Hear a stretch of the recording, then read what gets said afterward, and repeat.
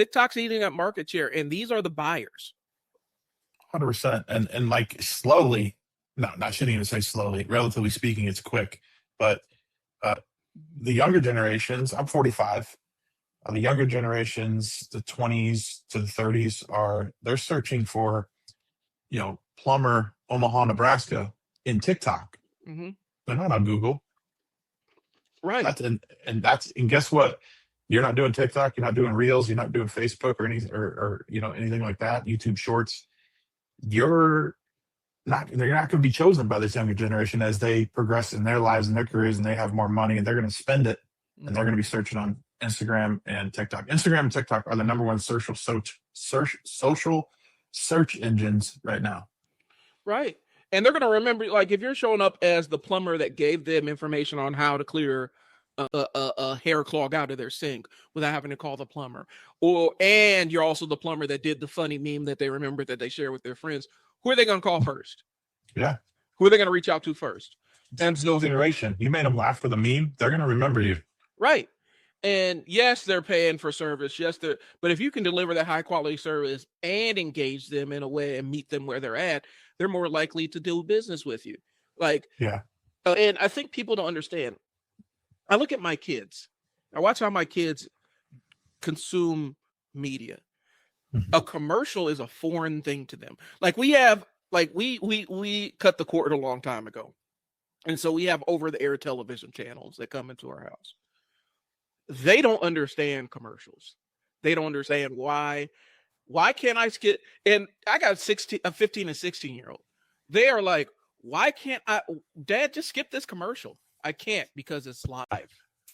Yeah. Well, it's live on YouTube TV too, but I can't because it's coming through the antenna. What do you mean? And so they don't want to consume anything that looks like a commercial. It used to be a big deal when I was a kid to sit down and watch Super Bowl commercials with your family. That was part of the experience. Yep. My kids have no interest in that shit at all. They don't want to see it. They don't care. What's a commercial? I mean, they don't even say the word commercial anymore. They call it an ad. Yeah.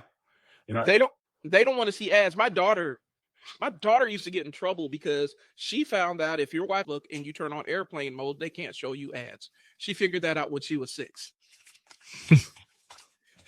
It's something she still does at 16. And so they're like, Bray, we're trying to call you. Oh, it's on airplane mode. You're watching videos and you don't want to catch the ad. Okay, I get it. So this generation doesn't want to see something that looks like an ad. No.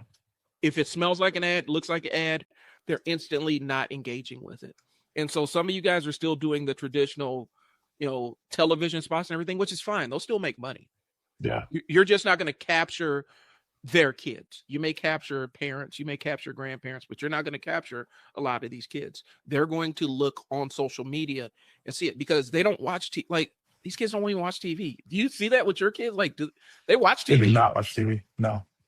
The only thing my kids watch, and it's only my older one who's a diehard Eagles fan like me, we watch live sports. That's the only thing. Right. And she'll go do something.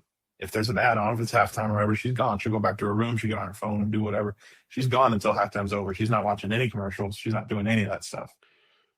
So I have a nephew who's 22 years old. I think he's 22. And he'll sit there and he'll have his phone and he'll be sitting there watching like anime and stuff. Brian, you still with me? Yeah. Can you hear me still? I can still hear you. I'll fix it. Go ahead. Keep talking. But he'll sit there and he'll watch anime with a little kickstand on his phone and show. That would absolutely drive me insane. But that's how my nephew watches. That's how my kids consume television shows. And so if you guys are still locked into this traditional ad-based, ad-driven television stuff, you're hurting yourself. You're limiting your opportunities. You're limiting how people can engage with you, how people can see you, and things along those lines. And so I think it's important, even if you're not comfortable. If you're not comfortable with being the face of your company, find somebody who is. Right. And put them in front of a camera and let them humanize your brand a little bit. Because the other side, what we're talking about, the other side is Because if people don't want to see ads on television, they definitely don't want your ad to interrupt their scrolling.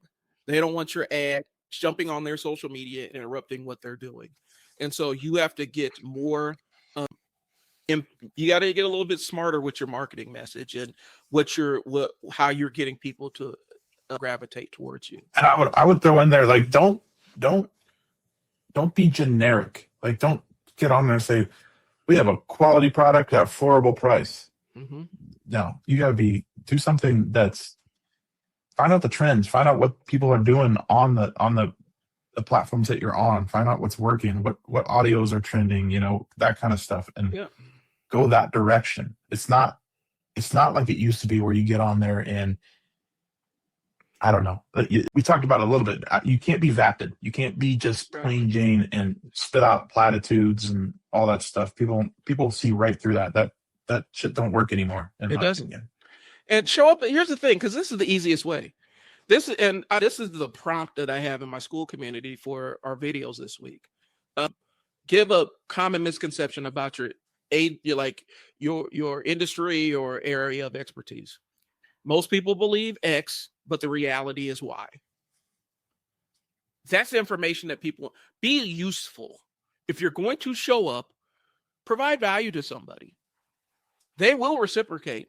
It may not be immediate, but if you give them information they can actually use as opposed to just trying to overtly sell them stuff, that will go a long way in the content that you make on social media. Now, I can give you an answer to that, to your school community question right now. For me, as my business, my agency, small businesses are spending more on marketing than ever, but their confidence in the marketing and how it's done is the lowest it's ever been.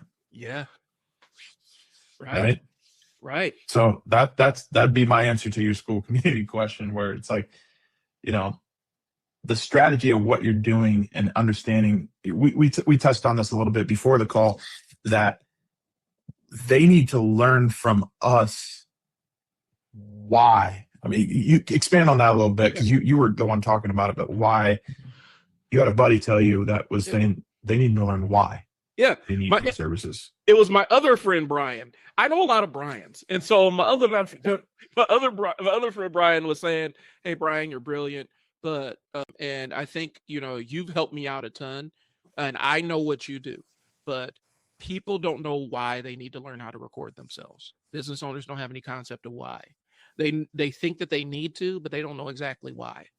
And so you're providing the how to record themselves, but not exactly why they need to be taking that step. And he's like, you need to start selling the why. You need to start selling the why. What benefit are you providing to them? What transformation are you providing to them in their lives with your business, with your product, with your services?